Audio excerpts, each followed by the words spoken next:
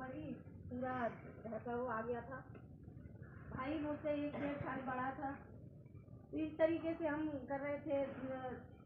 जब तक हमसे मतलब हम खेलने की उम्र में थे तो हमें आटा गूंदना पड़ा, हमें बर्तन धोना पड़ा, मगर सब कुछ हम खुद ही कर लेते थे और बहुत अच्छे से मैनेज कर लेते थे। हम बचपन से ही हम मतलब ऐसे उसमें माहौल में थे कि हम बचपन से ही सारा कुछ करने लगे। फिर पढ़ने का शौक़ हुआ, पढ़ाने वाले नहीं थे हमारे पिताजी, बहुत ज़्यादा काम नहीं था। एक किसान का काम करते थे, वो गांव के हैं तो कुछ लोग जानते भी होंगे। मजदूरी जो किसानों का काम करते हैं उनके वो हल वगैरह बनाते थे।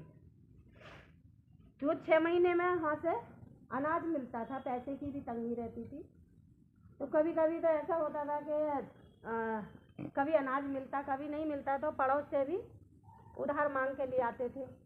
फिर जब आता था तो उनको वापस देते थे। फिर इसी उसमें चलते रहे, बड़े हुए। भाई थोड़ा बड़ा हुआ, भाई कमाने लगा तो थोड़े से हालातों में चेंज हुआ। उसी उसमें हमें पढ़ने का शौक़ लगा और हम पढ़ नहीं पाए क्योंकि स्कूल जाने का हमारे पास टाइम भी नहीं था और कोई पढ़ाने वाला भी नहीं था। बस जहाँ मेरी फ्रेंड थी वो पढ़ती थी, मैं उनसे बोलती थी कि मुझे भी पढ़ना है, मगर मेरे घर वाले नहीं पढ़ा रहे। तो उसने कहा कि मेरी बहन मुझसे छोटी, वो खुद ही जाने लगी स्कूल, बगैर घर वालों की मर्जी के स्कूल जाने लगी, क्योंकि स्कूल मेरे घर के पीछे था। और जब वहाँ से जब बच्चों की आवाज़ गूंजती थी तो मुझे ऐसा लगता था कि मुझे भी पढ़ना चाहिए, पर नहीं पढ़ पा रही थी। तब उसने बताया कि अपनी बहन की किताबों में से ही पढ़ना शुरू कर। तो थोड़ा सा ध्यान दिया। बस मेरी फ्रेंड कहने लगी कि एक आंगनवाड़ी है, वहाँ पे हम सिलाई सीखेंगे। मैंने कि मुझे भी लेकर चलना। हम 3 दिन गए और 3 दिन में हम 3 लड़की गए और तीनों लड़कियों का मैंने नाम लिखना सीखा। सिर्फ वो था मेरा क्लास में बैठने का टाइम, उसके बाद में कोई क्लास में नहीं बैठी। और मतलब पढ़ने में लिखने में मुझे कोई दिक्कत नहीं होती। मैं सबसे ज़्यादा पढ़ाई पर ध्यान देती हूँ और हमेशा पढ़ती रहती हूँ। जैसे अभी हमारे सर डॉक्टर साहब हैं,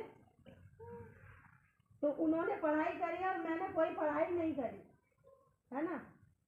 बस मैं वो दवाई के बारे में जानते हैं, मगर मैं न्यूट्रिशन के बारे में जानती हूँ। मैंने न्यूट्रिशन पर पढ़ाई करी है और मेरे पास सर्टिफिकेट भी है न्यूट्रिशन काउंसलर का। इसी तरीके से मैं जहाँ भी डॉक्टर्स मिलते हैं मैं उनसे बात करती हूँ न्यूट्रिशन के बारे में, तो वो भी मानते हैं कि हाँ भाई जानकारी तो है। और मैं ऐसी ऐसी बीमारियों को ठीक करवा चुकी हूँ सलाह दे के न्यूट्रिशन की, जो डॉक्टर्स नहीं कर पाए हैं, है ना। एक नासूर एक ऐसी खतरनाक बीमारी होती है, सर बैठे हुए बता सकते हैं, डॉक्टर लाइन से है कि नासूर कैसा होता है। सर कभी ठीक होता है? ऑपरेशन से भी कोई चांस नहीं है कि वो ठीक हो पाए। तो जिस तेल के बारे में बात करी, सर ने इस तेल को दिखाया, ये वाकई में ही अमृत है। अमृत जिसे बोलते हैं अमृत। गाजियाबाद दिल्ली का कोई ऐसा हॉस्पिटल नहीं था जहाँ पे उसका इलाज नहीं हुआ, उस लेडीज का। और जब इस तेल को पीने की सलाह दी उसको, 2 साल में उसका नासूर कहाँ चला गया, आज तक दोबारा वापस नहीं आया। और मैं जो खड़ी हूँ, मुझसे खड़ा नहीं हुआ जाता था। यहाँ से कोई डॉक्टर बताते थे कि साइटिका का दर्द है, कोई कहते हैं नसें ब्लॉक हो गई, इस तरीके से। तो मैंने भी इस तेल को पिया, पहले मैंने इसको पिया और उसके बाद उस नासूर वाली लेडीज को पिलाया। हम दोनों आज स्वस्थ हैं इस तेल की वजह से। तो आप बताओ, आप सरसों का तेल खाएंगे?